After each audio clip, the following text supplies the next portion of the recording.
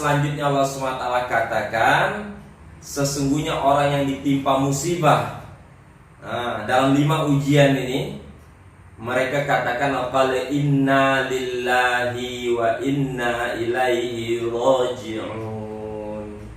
Mereka mengatakan innalillah, semuanya datang daripada Allah Subhanahu wa taala.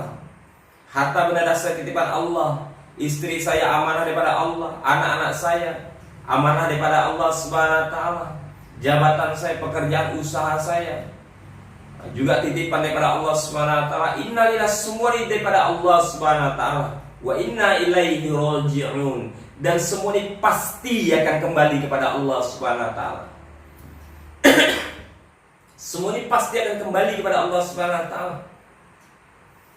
Jadi yang namanya barang dititip, ketika diambil dengan yang menitip, tidak bisa kita nahan gitu. Ada satu tetangga kita misalnya akan pergi ke Pulau Jawa selama 1 bulan, kemudian dikatakan, Abang Arif, saya titip mobil saya ya, 1 bulan saya mau ke Jawa, oke.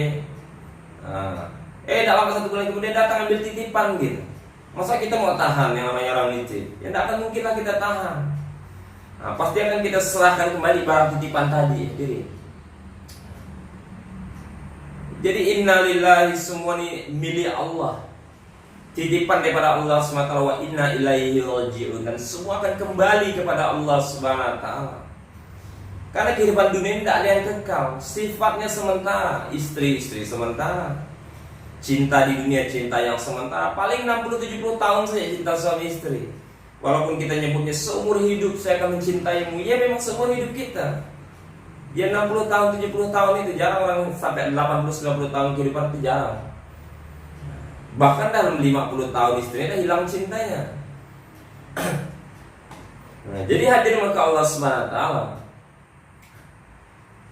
Jadi mereka yang mengatakan semua meyakini, bukan sekedar mengatakan, meyakini bahwa semua ini dari Allah dan akan kembali kepada Allah Subhanahu wa taala. Kemudian Allah Subhanahu wa taala telah janjikan ketika mereka diuji dalam 5 perkara ini. Kemudian ketika ujian ini datang dalam bentuk ketakutan, kelaparan, kehilangan harta, kegelisahan, kemudian kekurangan daripada makanan dan lain sebagainya, mereka mengatakan ketika musibah datang dalam kehidupan mereka, inna lillahi wa inna ilaihi raji'un. Dan mereka sabar, maka berita gembira nih untuk mereka. Ini janji Allah yang pertama. Berita gembiranya ini Masya Allah, Allah SWT akan tenangkan hati kita. Ini satu hadiah terindah daripada Allah, ketika masalah datang hati kita tenang. Besar kecilnya musibah, besar kecilnya masalah, besar kecil ujian ini tergantung daripada luas atau sempitnya keadaan hati kita. Tergantung atau luas atau sempit keadaan hati kita. Musibah besar, hati kita lapang atau luas, terasa kecil. Tapi musibah kecil, hati kita sempit, akan terasa besar di sisi kita. Dan pasti satu keyakinan kita sebagai hamba Allah, setiap yang Allah SWT ujikan, berikan kepada kita, pasti tidak di luar daripada kemampuan kita, dalam koridor kemampuan kita, yang kita pasti mampu menjalani. Tidak mungkin di luar batas kemampuan, tidak akan mungkin di luar batas kemampuan. Kemudian hadir maka Allah Subhanahu wa taala, Allahu Akbar. Setelah Allah janjikan berita gembira, pasti Allah SWT sampaikan kepada orang yang sabar ketika mereka ditimpa musibah, diuji dengan 5 ujian yang hadirin. Maka Allah Subhanahu wa taala janjikan, ulaika alaihim shalawatum mir rabbihim wa rahmah. Jadi untuk mereka-mereka yang ditimpa musibah, diuji dengan ujian-ujian perkara tadi ini hadirin, kemudian mereka sabar dengan ujian yang diterima Allah SWT, maka setelah berita gembira, Allah tenangkan hati dia dalam musibah yang menimpa, dalam ujian yang Allah SWT berikan, kemudian dalam masalah-masalah yang Allah SWT titipkan. Ulaika alaihim sholawatu mir rabbihim wa rahmah. Dan bagi mereka ada hadiah yang kedua dari Allah. Hadiah yang kedua ini sholawat. Sholawatnya apa? Support. Support dari Allah SWT, agar kita ini mampu. Support daripada Allah SWT berupa kelapangan hati kita. Kemudian ada saja Allah hantar makhluk-makhluknya akan mempermudah daripada jalan-jalan kita, dalam menghadapi daripada musibah, menghadapi daripada ujian dari Allah Subhanahu wa taala. Allah Subhanahu wa taala akan makhluknya untuk memudahkan perkara ini semua hadirin Allah Subhanahu wa taala. Salah satu contoh ada kisah hadirin, Masya Allah. Ada seorang ayah Allah. Jadi seorang ayah nih hadirin, suatu ketika dia ingin memulai satu usaha, sehingga dia telah melakukan tindakan meminjam, melakukan amalan sunnah minjam. Jadi menghutang itu dapat pahala sunnah, membayar hutang wajib. Jadi meminjam. Kemudian setelah dia meminjam, dia buka usaha kolam lele. Dia telah buka usaha kolam lele tadi sekian bulan. Takdir Allah Subhanahu wa taala, kolamnya kebanjiran. Allah Akbar. Kolamnya kebanjiran. Habis dari maka Allah Subhanahu wa taala satu kolam. Habis ikannya lepas tak kemana-mana, gagal panen, sehingga singkat cerita bangkrut. Allah. Nah, pertolongan Allah untuk sang ayah tadi ini, pertolongan Allah SWT untuk sang ayah, Allah kuatkan hati dia tadi. Allah masih kuatkan di saat membuka usaha dengan meminjam uang. Kemudian baru saja memulai usaha, ketika uang digelontorkan sementara, tiba-tiba usahanya bangkrut, habis gagal panen, ya kan? Yang ada tersisa angsuran hutang dari maka Allah Subhanahu wa taala. Maka dari maka Allah Subhanahu wa taala ini sang ayah tetap baik sangka di saat dia, sebab daripada bangkrutnya usaha terjadilah konflik antara suami istri tadi. Mulai istrinya ini rada-rada bagaimana gitu dengan suaminya bangkrut, tidak punya uang, meninggalkan hutang, beban dan lain sebagainya. Ya kan, nah sang istri mulai berpikir gitu, karena wanita ini diuji ketika suaminya ketidakadaan ekonomi. Nah, suami dalam kesulitan ekonomi, dalam usaha, inilah ujian kesetiaan bagi seorang wanita, seorang istri. Kalau laki-laki diuji ketika dia banyak duitnya, dia lancar, lapang rezekinya, ini ujian bagi seorang laki-laki, apakah dia tetap setia dengan satu istrinya atau dua istrinya di maka Allah SWT lebih, atau dia berbuat na'udzubillah sampai berbuat maksiat. Ini ujian. Maka di maka Allah Subhanahu wa taala bangkrut usaha si ayah tadi. Takdir Allah bangkrut usahanya tadi. Maka dia pun tetap baik sangka kepada Allah. Alhasil takdirnya istrinya pun sementara tidak bisa tinggal bersama dia. Bahasa halus ini minta pisah, minta cerai. Ya dia ridho dengan takdir Allah, karena niat dia ingin membahagiakan istrinya. Kalau istrinya merasa sudah tidak bahagia karena ketidakadaan di ekonomi tadi, kesulitan ekonomi yang menghimpit tadi, ya mau diapakan gitu. Yang penting istri dia bisa bahagia dengan tindakan yang dia lakukan. Maka langsung pun terpisah. Maka secara dunia ini nampaknya lontang-lantung gitu, dia hijrah. Ya kan, takdir yang kedua, rumah tempat tinggal pun harus dilakukan sita menyita karena pembayaran daripada hutang piutang. Dia tetap ridho gitu.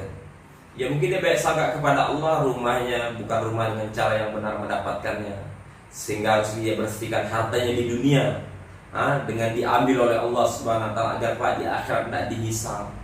Kemudian dia baik sangka, dia hibur hatinya tadi, mungkin istrinya ini bukan jodoh yang terbaik dari Allah. Allah akan hantar jodoh yang lebih baik lagi, yang bisa untuk mendatangkan kebaikan dunia dan akhirat. Dia telah hibur hatinya tadi hadirin, sampailah dia datang ke satu kota. Dia masuk sebuah kampung gitu kan. Dia bersilaturahim, pertama kali yang disilaturahmi masjid. Datang ke masjid, doa terus pada Allah SWT. Jadikan asbab kesulitan dia, kesusahan dia, musibah yang menimpa dia menjadi asbab gugurnya dosa-dosa dia, dan menjadi asbab kekalnya hidayah untuk dia, serta jadi asbab hidayah untuk orang lain. Alhasil hadirin sampai di sebuah kota ini, Masya Allah, dia telah ketemu satu rumah tua. Yang di rumah ini tinggal satu nenek-nenek tua renta. Di dekat masjid rumah ini hadirin. Jadi ketika dia sampai di rumah ini, dilihat ada nenek-nenek tua renta.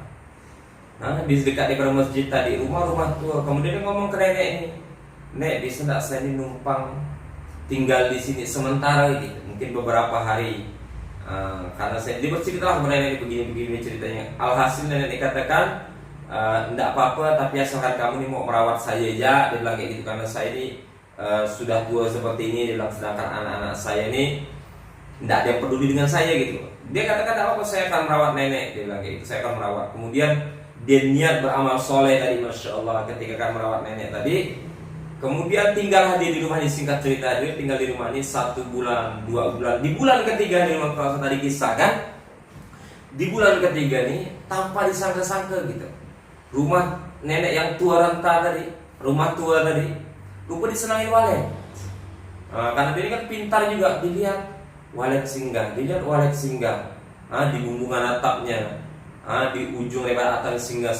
Kemudian dia punya ide, minta izin pada nenek tadi, "Nek, gimana Pak, rumah ini agak kita rapikan atasnya." Nampaknya walet ini suka singgah di sini gitu.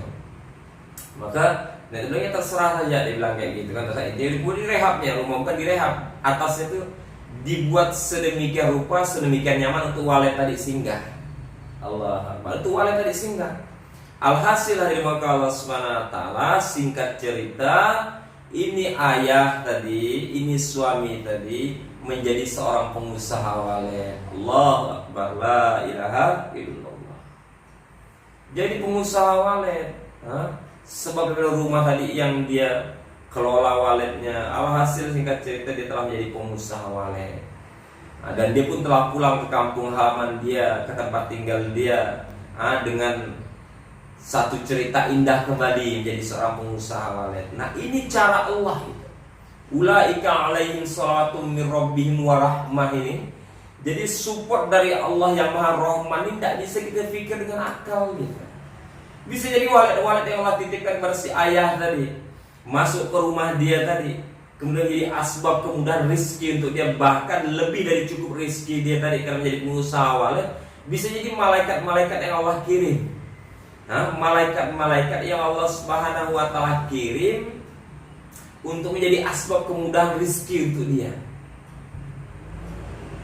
Karena Allah SWT telah janjikan bahwa rezeki kita ini letaknya di langit, bahwa rezeki kita letaknya di langit, bukan di bumi. Maka dalam Quran Allah katakan, "Wa fis sama'i rizqukum," dan di langitlah rezeki kalian, kata Allah. Jadi kalau kita nyangkur rezekinya di bumi, jadi salah kita gitu. Jadi yang benar rezeki kita di langit. Bagaimana cara untuk menggapai rezeki dengan mudah agar lancar rezeki? Banyak amalan-amalan hadirin maka Allah Subhanahu wa Ta'ala yang menjadi asbab kelancaran, kemudahan daripada rezeki kita. Di waktu pagi, masya Allah, ada sholat duha.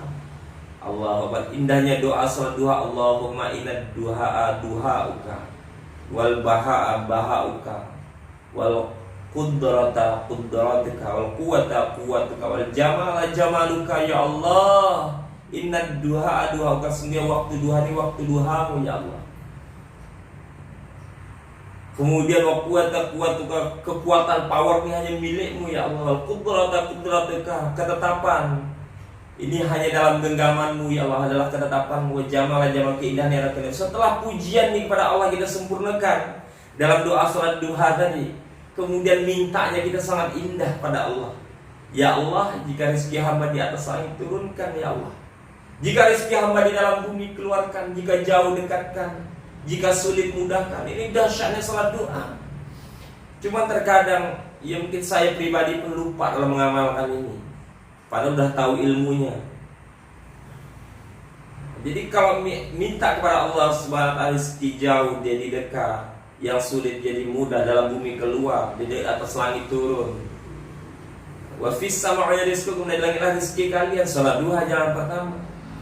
Kemudian suratul Waqiah, baca surah Al-Waqiah.